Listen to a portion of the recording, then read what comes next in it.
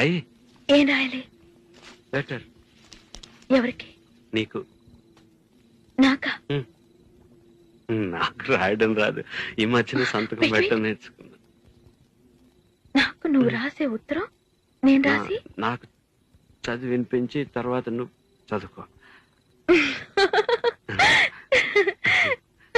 I like it. చెప్పు. నేను ఊహించుకుంటే కవిత మనసులో వరదలా పొంగుతుంది, కానీ అదంతా రాయాలని కూర్చుంటే అక్షరాలే, మాటలే.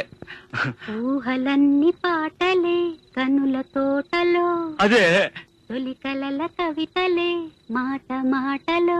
అదే బ్రహ్మాండం. కవిత కవిత పాడు.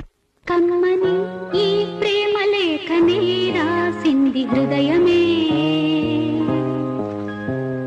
ప్రియతమా నీ వచట కుశలమా నే నిజట